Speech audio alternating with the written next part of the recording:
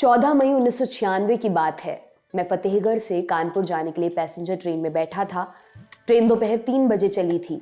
मैं 3 नंबर डिब्बे में था, पूरा खचाखच भरा डिब्बा। मैं खिड़की की तरफ वाली सीट पर बैठा था। शाम को 6 बजे ट्रेन कानपुर में रावतपुर स्टेशन पर रुकी। ज़्यादातर सवारियां उतर गईं। डिब्बे में 4-5 लोग बचे हुए थे। यहाँ से 3 लोग ट्रेन में चढ़े और मेरी बगल वाली सीट पर बैठे एक आदमी पर तड़ातड़ गोलियां चलानी शुरू कर दी। एक ने तो उस आदमी की कनपट्टी पर सटाकर गोली मारी। ट्रेन चल दी, लेकिन रफ्तार ज्यादा नहीं थी, तो तीनों हमलावर चलती ट्रेन से उतरकर भाग गए। वो खूंखार अपराधी थे, इसलिए मैं उनको चेहरे से पहचान गया। अनुपम दुबे, कौशल दुबे और बिलैया। फर्रुखाबाद में तैनात इंस्पेक्टर रामनिवास यादव की 14 मई 1996 को कानपुर के पास ट्रेन में गोली मारकर हत्या कर दी गई थी। इस मामले में अब 27 साल बाद फैसला आया है। बसपा नेता और हिस्ट्री शीटर अनुपम दुबे को कानपुर की एडीजे कोर्ट ने दोषी पाया है और आजीवन कारावास की सजा सुनाई है। जिस बयान से हमने इस खबर की शुरुआत की, वो इसी केस में एक गवाह का दिया बयान है। इस फैसले को, इस केस को और इसके पूरे बैकग्राउंड को विस्तार से हम इस वीडियो में बताएंगे।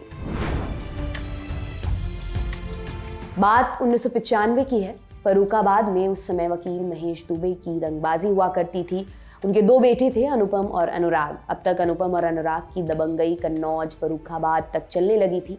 अनुपम पर पहला केस 1987 में दर्ज हो चुका था, मारपीट का केस। 1991 और 94 में हत्या के भी 2 केस दर्ज हो गए। हालांकि अभी तक वो किसी में दोषी साबित नहीं हुआ था। 1 मई 1995 की बात है। महेश दुबे और अनुपम अपनी जीप से गुरसहायगंज के पास समधन नाम के कस्बे से होकर कहीं जा रहे थे। रास्ते में जीप से एक महिला को टक्कर लग गई। आसपास के लोगों ने आकर जीप को घेर लिया। दोनों पक्षों में गर्मागर्मी हुई। महेश दुबे ने कथित तौर पर हवाई फायरिंग कर दी। भीड़ बिदक गई, मारपीट हो गई। अनुपम घायल हुए। महेश दुबे को गंभीर चोटें आईं और उनकी मौत हो गई। अनुपम दुबे के खिलाफ कानपुर की एडीजे कोर्ट में जो चार्जशीट रखी गई, उसमें गवाहों ने बताया कि अनुपम दुबे ने पिता की मौत के लिए गांव के तमाम लोगों के साथ साथ उस वक्त थाना गुरसहायगंज के इंस्पेक्टर रामनिवास यादव को भी जिम्मेदार मान लिया। अनुपम को लगता था कि रामनिवास यादव ने भीड़ को रोकने के लिए जरूरी कदम नहीं उठाए और भीड़ को महेश दुबे पर हमला करने दिया। मई 1996 की बात है। मैं फतेहगढ़ की अदालत में आया हुआ था। इंस्पेक्टर रामनिवास यादव थाना गुरसहायगंज और कन्नौज में तैनात थे, इसलिए उनका भी आना होता था और मजिस्ट्रेट साहब से भी मिलना जुलना था। एक रोज रामनिवास कोर्ट में ही थे, तभी अनुपम दुबे वहां आए।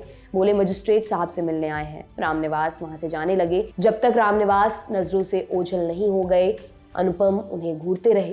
कुछ दिन बाद अखबार में पढ़ा कि कानपुर के पास एक ट्रेन में रामनिवास यादव की गोली मारकर हत्या कर दी गई। ये था चार्जशीट में एक अन्य गवाह का बयान।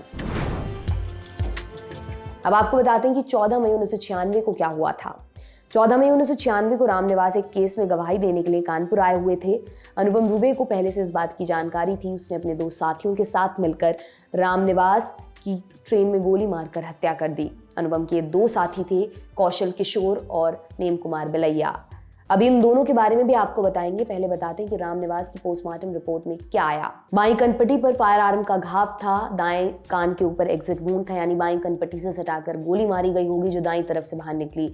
इसके अलावा भी कई गोलियां मारी गई थी। काफी पास से गोली मारे जाने के कारण दिमाग की झिल्ली फट गई थी। काफी खून बह जाने के कारण रामनिवास यादव की मौत हो गई। तीनों की क्राइम कुंडली। इंडिया टुडे के फर्रुखाबाद में रिपोर्टर फिरोज खान बताते हैं कि कौशल किशोर तो थे अनुपम के चाचा, खुद भी अपराधी। 2003 में एक गैंग वॉर में मारे गए। अब बात नेम कुमार बिलैया की। खूंखार अपराधी, एक समय पूरे प्रदेश में इसका खौफ बढ़ता जा रहा था। 1994 में फर्रुखाबाद के जिला पत्रकार परिषद अध्यक्ष कर्ण सिंह की कानपुर में गोली मारकर हत्या कर दी गई थी। ये उस समय का बड़ा चर्चित हत्याकांड था। कर्ण सिंह को जब बिलैया ने गोली मारी, तब भी उसके साथ महेश दुबे और अनुपम दुबे थे। कहा जाता है कि कर्ण सिंह और महेश दुबे की दुश्मनी चलती थी। इसी दुश्मनी में महेश दुबे ने बिलैया से कहकर कर्ण सिंह की हत्या करवा दी। कानपुर के कुछ पुराने पत्रकार बिलैया के बारे में एक और किस्सा बताते हैं। 1997 में बीजेपी के कद्दावर नेता ब्रह्मदत्त द्विवेदी की हत्या कर दी गई। वो फर्रुखाबाद से विधायक थे, लेकिन धमक पूरे सूबे में थी। गेस्ट हाउस कांड के वक्त मायावती ने जिन लोगों को मदद के लिए फोन किया था, उनमें से एक ब्रह्मदत्त द्विवेदी भी थे। मदद की भी थी। ब्राह्मणों के बीच उनकी तगड़ी पकड़ थी। 1997 में ब्रह्मदत्त का मर्डर कर दिया गया। पॉलिटिकल मर्डर था। इसका बदला लेने के लिए बिलैया ने एक और बहुत बड़ा पॉलिटिकल मर्डर प्लान किया था, हालांकि सफल नहीं हो सका। 2000 में बिलैया एक पुलिस एनकाउंटर में मारा गया। अनुपम दुबे की बात अब कर लेते हैं। अनुपम दुबे ने BA LLB की, लेकिन फितरत से अपराधी। अलग अलग थानों में 60 से ज्यादा केस दर्ज हैं। हत्या, हत्या के प्रयास, अपहरण, फिरौती, जमीन पर कब्जा जैसे केस।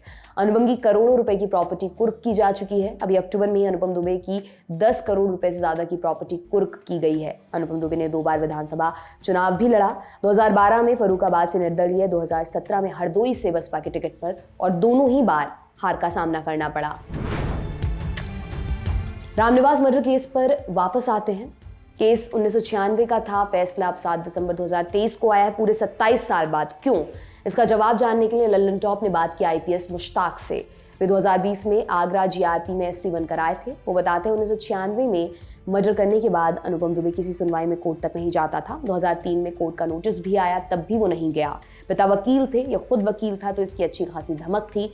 मैं 2020 में SP GRP बनकर आगरा पहुंचा। आगरा GRP के क्षेत्र अधिकार में फर्रुखाबाद और कानपुर तक के कई क्षेत्र आते हैं। चूंकि मर्डर ट्रेन में हुआ था तो केस GRP के पास ही था। मैंने इसकी दबी हुई फाइल फिर निकलवाई। 2003 के स्टैंडिंग ऑर्डर के आधार पर केस ने रफ्तार पकड़ी, और जो केस 20 साल से ज्यादा समय से अटका हुआ था उसमें अगले 3 साल में फैसला आपके सामने है। फिलहाल IPS मुश्ताक ललितपुर में SP हैं। रामनिवास मर्डर केस में अब फैसला आया है। अनुपम दुबे को उम्र कैद की सजा सुनाई गई है। 1 लाख रुपए का आर्थिक दंड भी लगा है। पैसा नहीं भरा तो 6 महीने की सजा बढ़ जाएगी। अनुपम दुबे ने कौशल और बिलैया के साथ मिलकर अपराध का बड़ा नेक्सस बनाया। इन तीनों के गैंग को D47 नाम दिया गया था, जिसका 90 के दशक से लेकर कुछ वर्ष पहले तक काफी खौफ हुआ करता था। अनुपम दुबे के वकीलों का कहना है कि उम्र कैद की सजा के खिलाफ ऊपरी अदालत में वो जाएंगे। आपके लिए तमाम जानकारी इकट्ठा की है हमारे साथी अभिषेक त्रिपाठी ने। मेरा नाम दिव्यांशी सुमराव है। देखते रहिए दी लल्लन टॉप। शुक्रिया।